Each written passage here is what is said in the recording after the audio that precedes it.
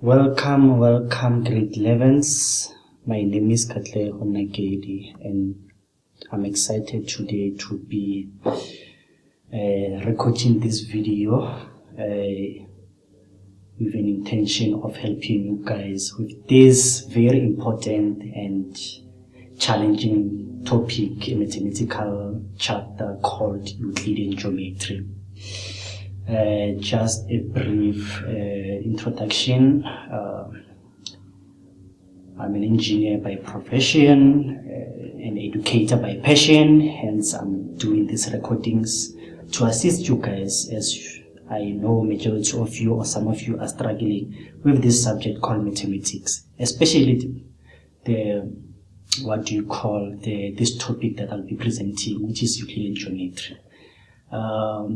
Yes, this is a grade 11 lesson, but I know grade 12s will also join in as they will use this as part of their revision.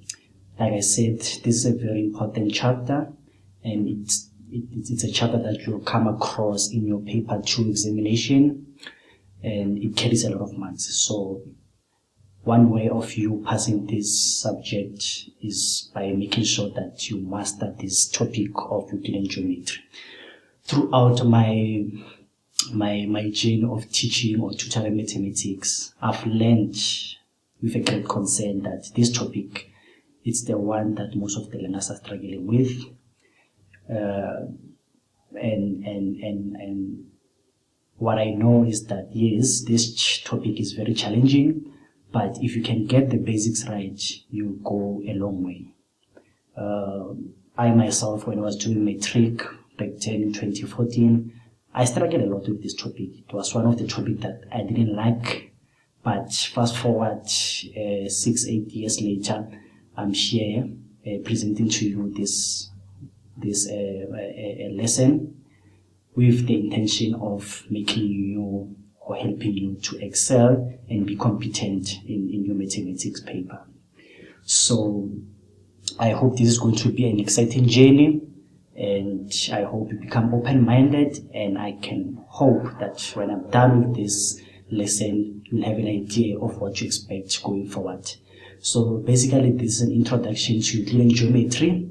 And having said all those, I greet you all in the name of my favorite Euclidean geometry theorem, which says the exterior angle of a cyclic quad is equal to the interior opposite angle. Okay, so yeah, without wasting more time, let's look at what we're going to go through today. Like I said, grade 12s, for you, this is a revision. Okay. In terms of the topic overview, so basically, I set up this lesson or this presentation using the mathematics examination guideline. I encourage you, grade 11s, that for you to excel in your examination, it doesn't have to be mathematics only, all your subject. Make sure that you get hold of the examination guideline. We all know that yes, the most important thing about learning is that you need to be able to apply whatever that you are learning, whatever that you are reading about in real life. But the main thing is that there is no other way you're going to get to an examination. And examinations are there to test the level of understanding that you have on that particular subject. So one of my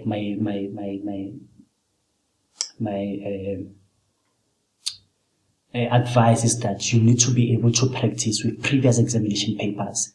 And before you can even get there, make sure that you follow the examination guideline so that you know what is expected of you. Okay, so I set up these lessons using the examination guideline so that whatever that I'll be going through here, it's not something that is coming from my mind, but it's something that is being said by the basic education. So I will also leave a link for this examination guideline so that you can download it and go through it at your own spare time. But like I said, make sure that you get examination guideline of all the subject that you're doing, and I can guarantee you it will really help a lot. Okay, so this is what the examination guideline is saying. It says if you go through it, you under Euclidean geometry, you will come across the following points. It says The following proofs of theorems are examinable. So we've got 1, 2, 3, 4 theorems that are examinable. I'll come to say what do we mean by theorems that are examinable, because we've got like quite a lot of theorems, roughly about 10 or so, but only 4 of them are examinable. Then it continues to say corollaries derived from the theorems and axioms are necessary in solving riders. So those are some of the some of the theorems that you're going to get, but these ones are not examinable, but instead you're going to use them to solve geometric riders. Okay, we'll also come to what are geometric riders and how to solve each one of them. So as you can see there, we've got a couple of them. I'm not going to go through them. Just want to give you guys a snapshot of what you expect. And then very important, at number 7, it says the theory of quadrilaterals will be integrated into questions in the examination. So what does that mean? It means this Euclidean geometry, it's not an isolated topic. So you'll find in some of the questions they are testing your knowledge on quadrilaterals, they are testing your knowledge on triangles. So just bear that in mind to say, when you're attempting these problems, you need to know the properties of triangles and properties of quadrilateral, which is what I'll be going through in the next slide, so that we recap and revise the content that we've learned in the previous grades. And then it says here, concurrency theory is excluded, so you don't have to worry about that. As you can see, this has been adapted from the grade 11 maths exam guideline. Okay. Also, in terms of the scope, the learning outcomes, or what we'll be going through, we'll revise grade 10 and earlier grades work. We will accept results established in earlier grades as axioms. So we'll also get a definition of what are axioms. Basically, what that means is that all the theorems that we've dealt with up to now, we regard them as axioms because we've already proven that they are theorems, and we can now use them with the knowledge of solving geometric riders. Okay. Investigate and prove theorems of the geometry of circles. We'll get to that. As mentioned, those are some of the proofs that are examinable. Understand application of corollaries derived from theorems. Use the above theorems and their converses where they exist to solve riders. Okay. Now, I'm going through this very quickly, but you will see on one of the slides I'll be going through the definition so that you know what do we mean by axioms, by theorem, by corollaries, and so forth and so forth. Okay, now the first part of the revision that I want us to look at is parallel lines. This is a very important section, and you'll be asked some of the questions that are related to parallel lines and angles. So I just wrote there lines and angles. So quick one. I believe all of you know what are parallel lines. So parallel lines are lines like you see RS there, RS and TU. So basically what do we mean by parallel lines? It means this line, they will continue and continue and continue, but they will never cross. Okay? And if you can see this line here, maybe let me, I want to see if my pointer is showing. Pointer options. Okay, parallel line TF, they are cut by a line which we call a transversal line, which is the line that is cutting two parallel lines or a pair of parallel lines. And then we've got a couple of angles there. So what is very important about these angles is, so basically the reason why I showcase this is I want you guys to notice the following. Okay, because we can't ignore the knowledge that we've gained in the previous grades, and we learned when we were in grade 9 or grade 10 about angles around a point. So if you look at angle A and angle D, these two angles are equal. Why? Because they are vertically opposite. So these two angles, they are vertically opposite. These two angles are vertically opposite. So, okay. Similarly here, angle E and F, they are vertically opposite. And then, having said all of those, another thing to note about these angles is the following. I can just get a pen. different color.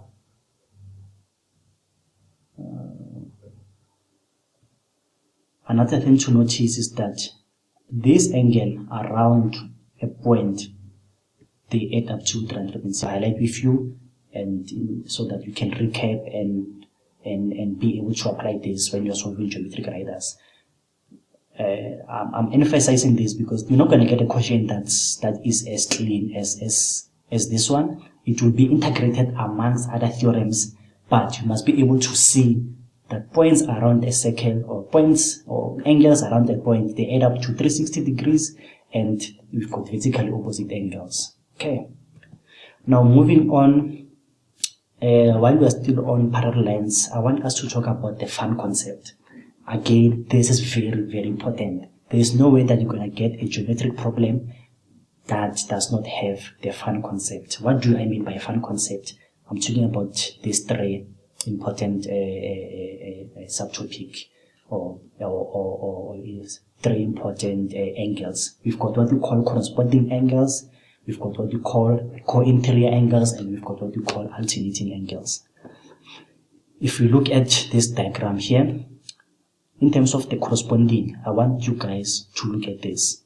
So the reason why we say it's a fan concept is because of this, the F. I'm sure you can see the F there. Need to change the color again.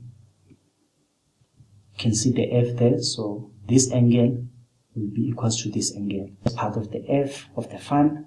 And then if you go to co-interior angles, you will see that we've got a U or a C, depending on which direction it's facing. You can see that the angles or in between, those are co-interior between the parallel lines. They are not equal, but they add up to 180, sorry. They are supplementary. They add up to 180. But these ones, they are equal. This one, they add up to 180 degrees. Again, I hope you can see the U there, which is part of the fan. And lastly, the N, or it says follows alternating angles. You see there, sometimes if you flip it around, it's a Z, it's not an N. But for the purpose of this, because I want to show you what we mean by the fan concept, alternating angles are equal. So this angle will be equal to this angle.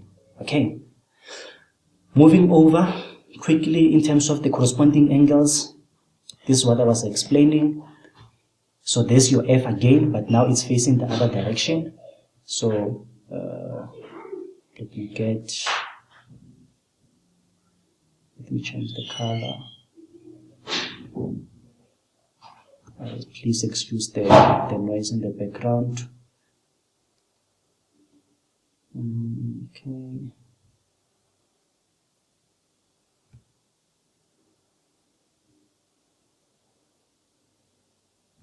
If you look at parallel lines there, and a parallel line and a transversal line in between, it makes up this F, and these angles are equal because they are corresponding to one another. Okay. Similarly, co-interior, as already mentioned, if AB is parallel to CD, then the co-interior angles are supplementary. So this is what I was saying. We've got parallel line there, parallel lines there, and the angles in between, they are not equal, but X plus Y, they add up to 180 degrees. And lastly, alternating. What happens with alternating angles is that if AB is parallel to CD, then the alternating angles are equal. Okay, so as already mentioned in the previous slide, if you've got these lines that are parallel, which is AB and CD, then the angles that forms a Z, a Z. I hope this is an easy concept to go through. I'm just trying to, help you to revise so that by the time we do the problems, it's easy for you to remember. Okay. But what is very important is that you cannot have the fan concept if you don't have parallel lines. So every time when you get a problem and they start talking about parallel lines, just know that one way or the other, you're going to get parallel lines, or you're going to have to apply the fan concept. Okay. Moving over, also as part of the exam guideline, we've got what we call acceptable reasons. So one of the tricky part about Euclidean geometry and paper 2 in particular is that it is a very, very simple paper to write. But the challenging part about it is that in most cases, when you write a statement, you need to give a reason. So if you say 1 plus 1 is equals to 2, yes, we know that, but you must give a reason. So there must be a reason behind you. But the mere fact that you said 1 plus 1 is equals to 2, there's a certain reason for that. So similarly here, I'll give you an example. If you come across lines that are crossing each other and then they form part of the angles form vertical lines, vertical opposite angles.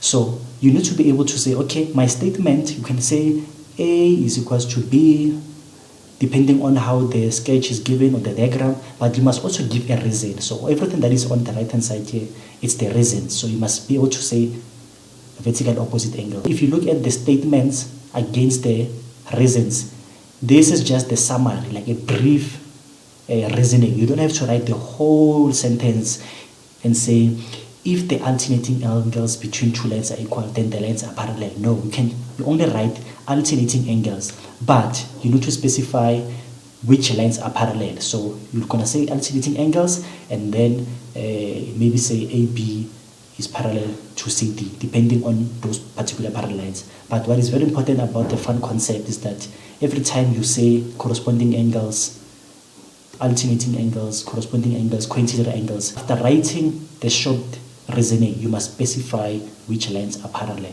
That is very important. Okay, so also get a chance to go through all these acceptable reasons. Okay, now another section that I want us to quickly go through is what we call quadrilaterals. So we're going to do a revision quickly. It says, in terms of the definition, quadrilateral is a flat geometric figure of 4 sides and 4 angles. Okay, so it must have 4 sides and it must have 4 angles, which means that a circle is not a quadrilateral because it doesn't have angles and it doesn't have 4 sides. Okay, a triangle is not a quadrilateral because it only has 3. Okay, so in terms of the types that we are having, we've got a square, we've got a rectangle, we've got a parallelogram, a rhombus, we've got isosceles, we've got a trapezium, and we've got 2 types of trapezium, and then we've got a quad. Okay, but what is very important is for you to know the properties. There is no way that you can solve problems if you don't know the properties. That's why I emphasize that for you to excel in this Euclidean geometry, you need to know your basics. Okay, now let's quickly go through each one of them and revise the properties. You won't find a question in a geometry that says what are the properties of a square. Nope, that is done. That was done in grade 9, that was done in grade 10. Now you are applying the knowledge. In most cases, they'll ask you to prove that a certain figure, a certain quadrilateral is a square. Okay, now what do you know about the square? We know that the property says 4 sides are equal. Okay, this one I'm not going to talk about it because I've got my views on it. It says one angle is 90 degrees. Okay, I would assume it's talking about this.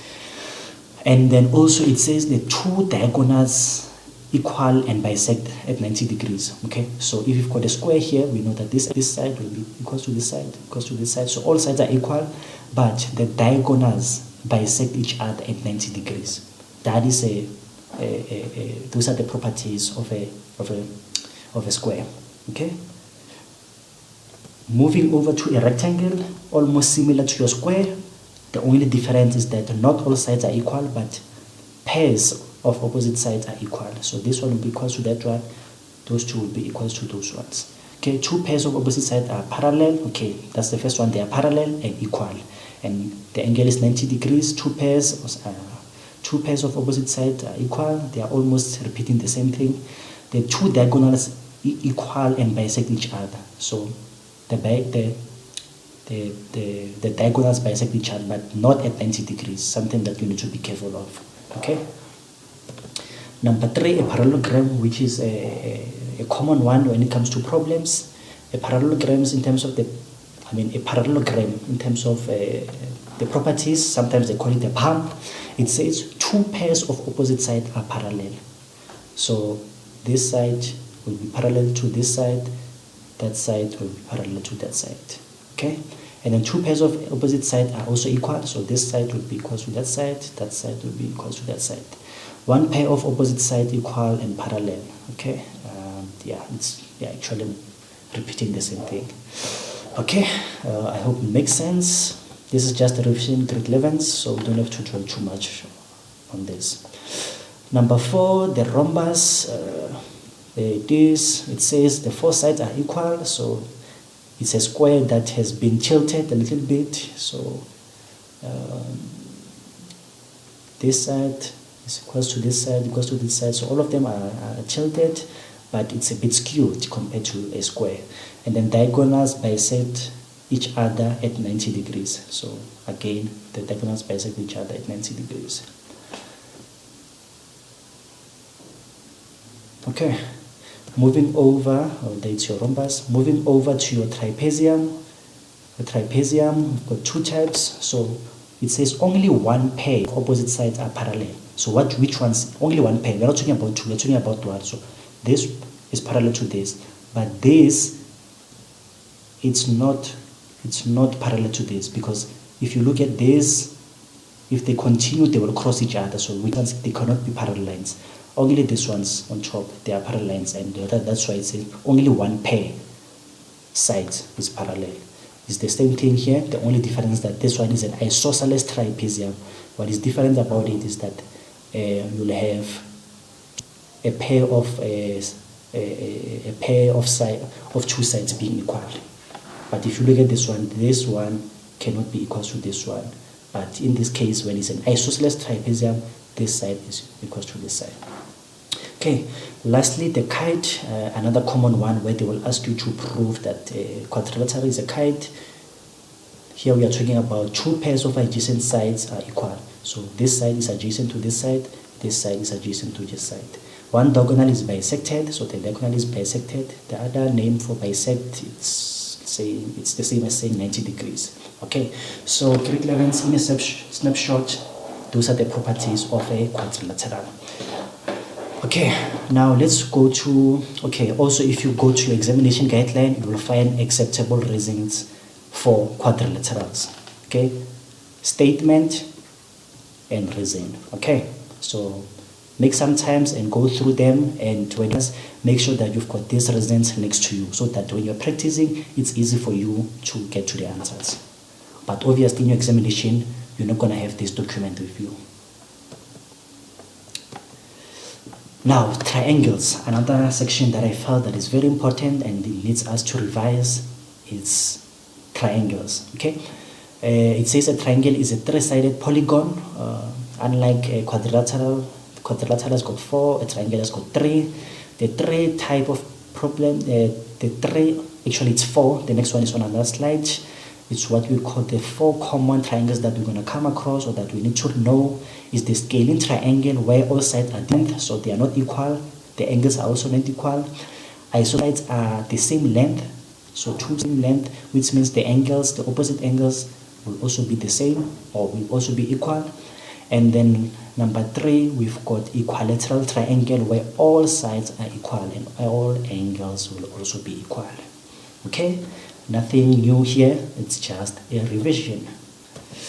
Lastly, an important triangle, which is called the right angle triangle. And by definition, a right angle triangle is a triangle that has one right angle. So as you can see, we've got the right angle there, and then in most and C. And then what is very important with this right angle is that there's a theorem of Pythagoras that you need to know of. They can ask you questions under Euclidean geometry where you have to apply your theorem of Pythagoras. It doesn't have to be that theorem of Pythagoras is associated only with trigonometry. Like I said, this is not an isolated topic. They can integrate all different types of topics into one chapter. And it says theorem of Pythagoras. Okay, I think it's explained in the next slide. Yes, a theorem of Pythagoras, it says in a right angle triangle, the square of the hypotenuse is equal to the sum of the squares of the other two sides. and it's summarized by this. You know, as mathematicians, we don't like talking a lot of, we don't like explaining, we don't like to talk too much. So we take this and then we summarize it to that.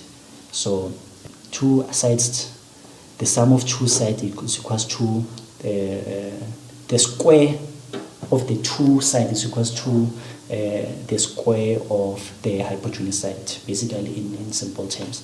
So this one will always be the longest side, which is opposite your right angle or 90-degree angle, and then the sum of these two will be equals to this one. Okay, I'm very fast on this because this is just a revision. We haven't even started with Euclidean geometry for grade 11. We are revising. Okay, another important thing to note with right angle triangle is when now the right angle triangle has been extended, then you'll have what you call an exterior angle. When I introduced this lesson, I mentioned that one of my favorite theorems is the theorem of cyclic quadrilateral. Listen to this carefully. Cyclic quad. Here we are not talking about the cyclic quad. We are talking about an exterior angle of a triangle, because a cyclic quadrilateral, it says the exterior angle of a cyclic quad is equals to the interior opposite angles. Okay, whereas the exterior angle of a triangle is equals to the sum of the interior opposite angles. So in this case, angle 5, the sum of angle 4 plus angle 6. So this angle is equals to when you add the interior opposite angles, whereas when you've got the cyclic interior opposite angles, not the sum, something that you need to look at as well. Okay. Also with triangles, if you go to your exam guideline, make sure that you go through the acceptable reasons so that it's easy for you to answer geometric riders. Okay.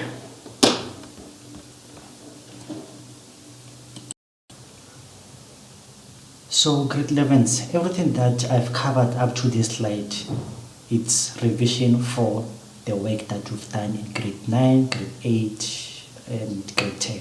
Okay, so now we are starting to get to the real stuff, the main reason why we are doing this lesson. Okay, as you can see, with my next slide, if I can move over. Now we are starting to get to grade 11 theorems. Okay, but before I can start, like I mentioned before, or in the beginning, if you want to understand Euclidean geometry, you need to know the basics. Just like any other topic, you need to understand the basics. And I've noticed that throughout when I help learners with this topic, I realize that they don't understand what is required of them, and they are lacking the foundation of Euclidean geometry. And by the foundation, it's what I'm presenting to you on this slide. They can't even differentiate between a radius and a diameter.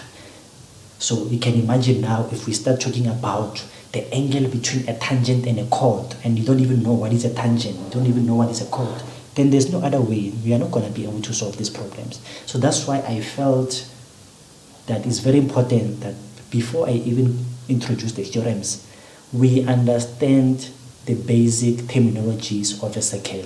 Okay, so I'll quickly go through them. So as you can see, we've got a circle there with different lines and different points.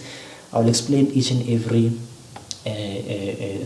line that we are seeing on this diagram. Okay, so the first thing that we see here, as you can see the highlighted part there, AE, is what we call an arc. Now what is an arc? An arc is a part of a circumference of a circle. Nothing to be worried about. An arc is a part of a circumference of a circle. Okay. Also, if you can look at BE, part of the circumference. Even if I can look at this part, this is part of the circumference. It's just an arc. Okay, moving over to the second one, very important. What is this line? I hope we are shouting there and say it's a radius. Okay, so it says a radius is any straight line from the center of the circle to a point on the circumference. So if you've got O as your center, any line that is drawn from the center and it touches your circumference is called, if I can draw another one there, it's called a radius.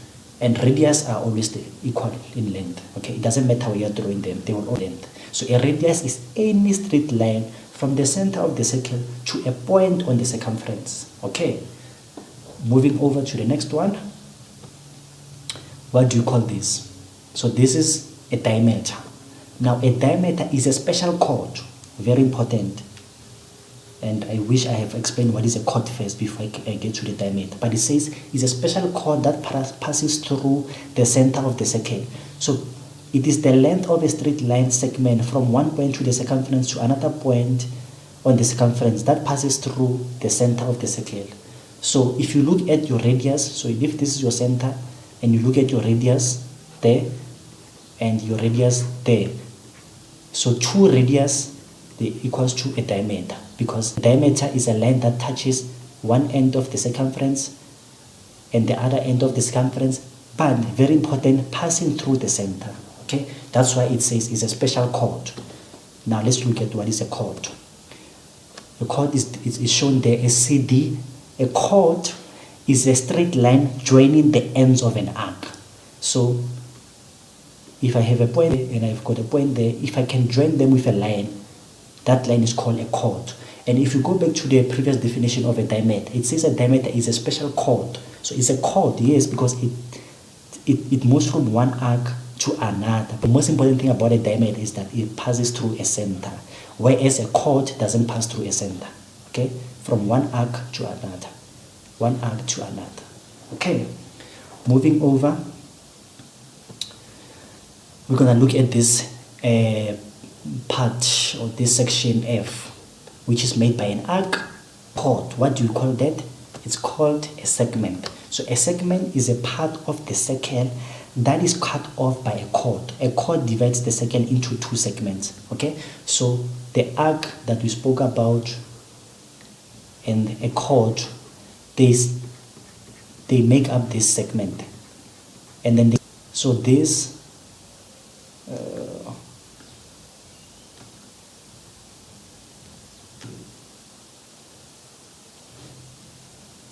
to look at, so what is this color, everything that is in blue here, it's a minor segment. It's a smaller segment, whereas whatever that is left, it's a major segment. Just have that in mind to say a segment, a chord divides a circle into a major and a minor segment. But if you look at a diameter divides a circle into two equal segments. Okay, because it cuts in half. So why is it important for me to mention this? Because there's a theorem that says the angle between a tangent and a chord is equal to the angle in the alternating segment. So now, if you don't know what is a segment, how will you know which angle is in the alternating segment? That is why it's very important for me to explain what is a minor and what is a major segment as defined in this slide. Okay, moving over to another important one, which is called a tangent. It says a tangent is a line that makes contact with a circle at one point on the circumference. So this line, it is outside the circle and it touches the circumference of a circle at one point. So I can draw another one as long as it touches a circle at one point. Doesn't matter where it is. It must just touch outside at one point. Okay, that is a very bad line there, but I hope you get a picture. Now we've got another line. This one, they are unlikely going to ask you about it, but very important for you to know, because you'll never know what they will ask. So we've got the line. So if you look at from J to K, this line is what? Is a chord, because it touches one side of the circumference to another. But the difference is that it now extends outside. We call that a secant. So a line passing through 2 points on the circle. it's not touching, but it's passing through. Very important for you to understand the differences. So that is what you call a secant. Another one, an arc and two radius. What do you call that? You see, this is like a pie. It's like a pie. What do you call this? A sector. A pie-shaped part of a circle made of the arc along with its two radii. So when you've got two radii plus an arc, they made up a sector. Okay? Whereas when you've got an arc and a chord, okay. Now, if you look at other terminologies that are very important, what is a theorem? A theorem is a statement that has been proved based on previously established elements or statements, sorry. So like your Pythagoras theorem, it has been established, it has been proven, so we regard this as a theorem. What is a converse? A converse is a statement formed by interchanging what is given in the theorem and what is to be proved. So if I tell you that x plus y is equals to 10, and then I can reverse and say y plus x is equals to 10. So I interchange what is given and what needs to be proven. So in most cases, like theorem 1, that states that a line drawn from the center of the circle perpendicular to the chord bisect the chord. That is a theorem. But the converse of it will say the perpendicular bisector of a chord passes through the circle. So we interchange what is given and what we need to prove. Okay. A rider, I've been mentioning a lot about a rider, a geometrical problem requiring proofs or statements. So if you come across a problem of Euclidean geometry that needs us to use certain proofs and statements, we call that a rider.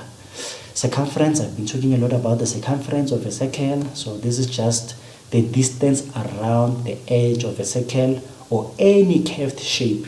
It is the type of a perimeter. Now, very important here is the perimeter. Okay, I hope you know what the perimeter is. So the perimeter is, let's say we've got a shape like this. We know that what is inside here is the area, but the perimeter is the outside, the length that is on the outside. In most cases, to the wall or the fence of that particular yard. So when it comes to circular geometry, when it comes to a circle, if you've got a circle like that, what is on the outside here is what we call the circumference. The perimeter of a circle is. Let's move on. I've already mentioned what an exterior angle is. It's the angle between any side of a shape and a line extended from the next side. Okay. Subtended angle, another common terminology there. You will hear that in one of the theorems they say angles in the same segment are equal, or the angle subtended by an arc or a chord are equal. So it's very important to know what is the meaning of subtended angle. So it says the angle made by a line or an arc. It will make more sense when we start looking into the theorems and go deeper and deeper and analyzing them. Okay. Coming back to corollary, which I mentioned when I did the introduction, it was my second slide. They say corollary is a theorem that follows on from another theorem. Okay, so the definition is self-explanatory. So you've got a theorem, okay, and then if another theorem depends on the first theorem, we call that a corollary. Okay. We've got an axiom. An axiom is an established or accepted principle. So I also tried to explain that when I did the introduction, to say any theorem or principle that we've already dealt with, we've already proved, we've already proved and accepted, we call that an axiom. We don't have to re-establish it. Okay, so, but yeah, you don't have to worry too much about an axiom. I'm just trying to get you to the mood, to the terminologies of Euclidean geometry. Okay, now let's get to the theorems, the business of the day. I'm going to show you here 10 theorems, and I will show you which one are examinable, and then that will complete the introduction of this Euclidean geometry. And then what will happen going forward, okay, maybe I will explain that as my closing remark. Okay, the first theorem that we're going to look at is theorem number 1, which says a line from the center of a circle perpendicular to a chord bisects the chord. Okay, now it's talking about a line from the center. The moment you see a line from the center, you must think of a radius. And we are talking about the chord now, so that's why it was very important for me to explain to you first what is a chord, of which I believe now you know. So a line drawn from the center of a circle perpendicular to a chord bisects the chord. Okay. Now, this theorem number 2 is actually a corollary of theorem number 1. Okay. Because it says the perpendicular bisector of a chord passes through a circle. Sorry, passes through the center of a circle. What does this mean? It means that you cannot have a line that is bisecting, that is cutting a chord perpendicularly, and that line is not passing through a center. It's not possible. If you've got a circle like that and you've got a chord, there's no way that a line can cut this into equal sides without passing through the center. Okay? And a center and a chord. Even if this, you see, the moment this line goes like that, yes, it passes through the center, but it's not perpendicular. Okay, so very important. The perpendicular bisector of a chord, the line that cuts a chord in half, in equal sides, must go through the center of the circle. Okay. Number 3, the angle subtended by an arc at the center of a circle is double or twice the size of the angle subtended by the very same arc at the circle. Very, very important. And it will start making more sense when we look at the diagram and we see the arc, and because we see the subtended angle, and we see the angle at center, and we see the angle at the circumference. Okay, very, very important. Number 4, the angle on circumference subtended by the diameter equals 90 degrees. So the angle that is subtended by a diameter is 90 degrees at the circumference. And this theorem is actually a corollary or a similar theorem as theorem number 3. So these two are correlated because, maybe let me not get into more details now because I don't want to confuse you. But basically these two theorems are correlated. The other one is a corollary of the other. Okay. Number 5, angles subtended by a chord of the circle on the same side of the chord are equal. Okay, another way that is very important, subtended, and we've got a chord, angles subtended by a chord of a circle on the same side of the chord are equal. In other books, they say angles in the same segment are equal. Okay, well, again, one of the reasons why it was very important for me to explain what is a segment and what do we mean by being in the same segment.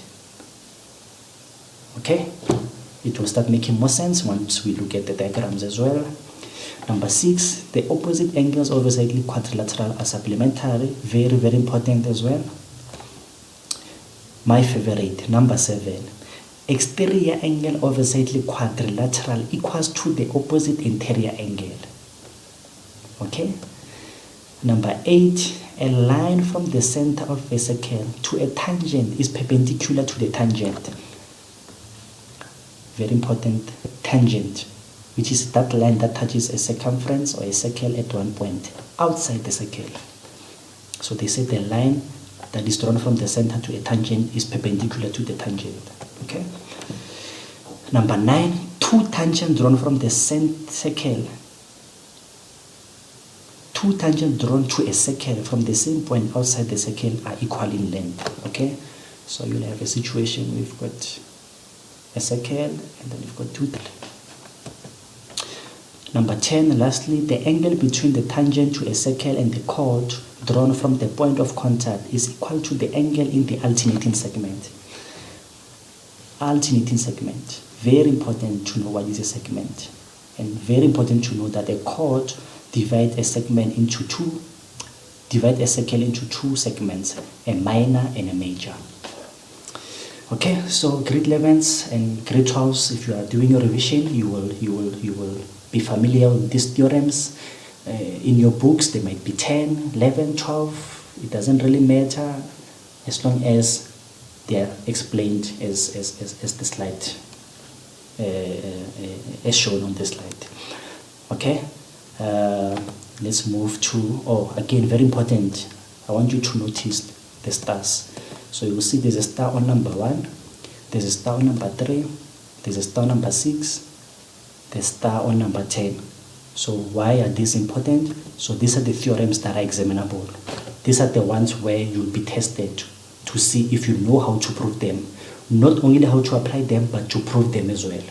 Basic proofs, of which I will show you in the next lesson or video. Okay. Lastly, before I wrap up, we've got categories of theorems. So all those 10 theorems, we categorize them into 3 different categories. We've got category number 1, where the theorems are related to angles and centers. As you can see, there's a center there, and in most cases there will be a center here. So all these theorems, they are categorized under angles and center theorems. So every time you read a problem and they are telling you that, and in the given diagram below, center O, the moment you see center, just know that you need to apply one of. Number 2, category number 2 is the cyclic quad, is the family of cyclic. You know, what is a cyclic quad? A cyclic quad is a point, is a figure, is a polygon. It's a geometric, it's a quadrilateral basically. A cyclic quad is a geometric figure that touches a circle at 4 different points. So as you can see, 1, 2, 3. A figure, a polygon, touching the circumference of the circle at 4 different points. Just know that it's a cyclic quad. So as you can see there, 1, 2, 3, 4. There are other different types. So the moment you see points touching, 4 sides touching a circumference, just know that they fall under the family of cyclic quadrilaterals. And the third category is the category of tangents, the family of tangents. So every time a question says a tangent AB or a tangent this and a tangent that, you just need to remember to use. We will get to more details and do a lot of problems so that you can see the tricks of solving these geometric writers. A very important note there, it says every time you get a problem with a circle in it, check which ones of these theorems do you observe. Eliminate the ones that you don't need. So if they are giving you a problem and they start talking about tangents and they are not saying anything about the center, don't even think about this theorem. Just think about application of this type of theorems. Similarly, if they are talking about cyclic quads and they are not saying anything about tangents, don't try to complicate your life. Whatever that you know about tangents, don't even apply it. Focus on what is given, the cyclic quad. Okay.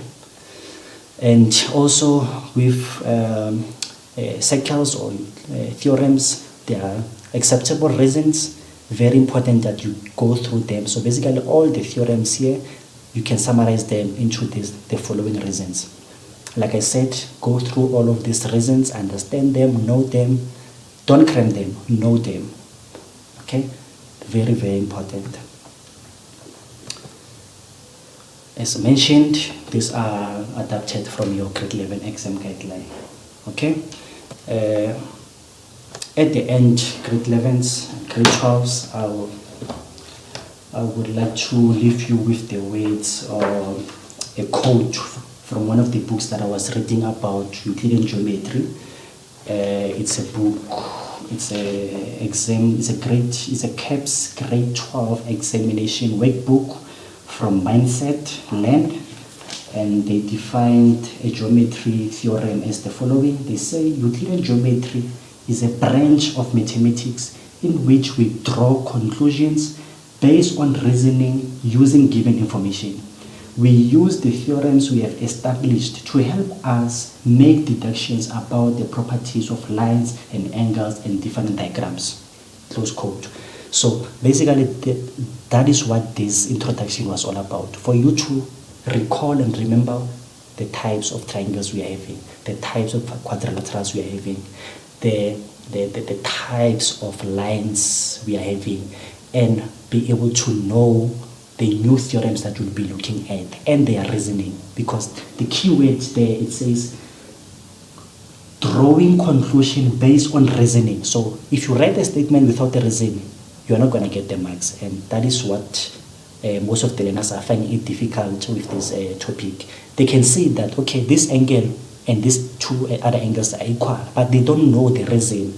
They know the reason, but they're applying the wrong theorem, okay? But I will take you through every step, every tips that is going to make you be competent in this topic. So that will be all for this lesson.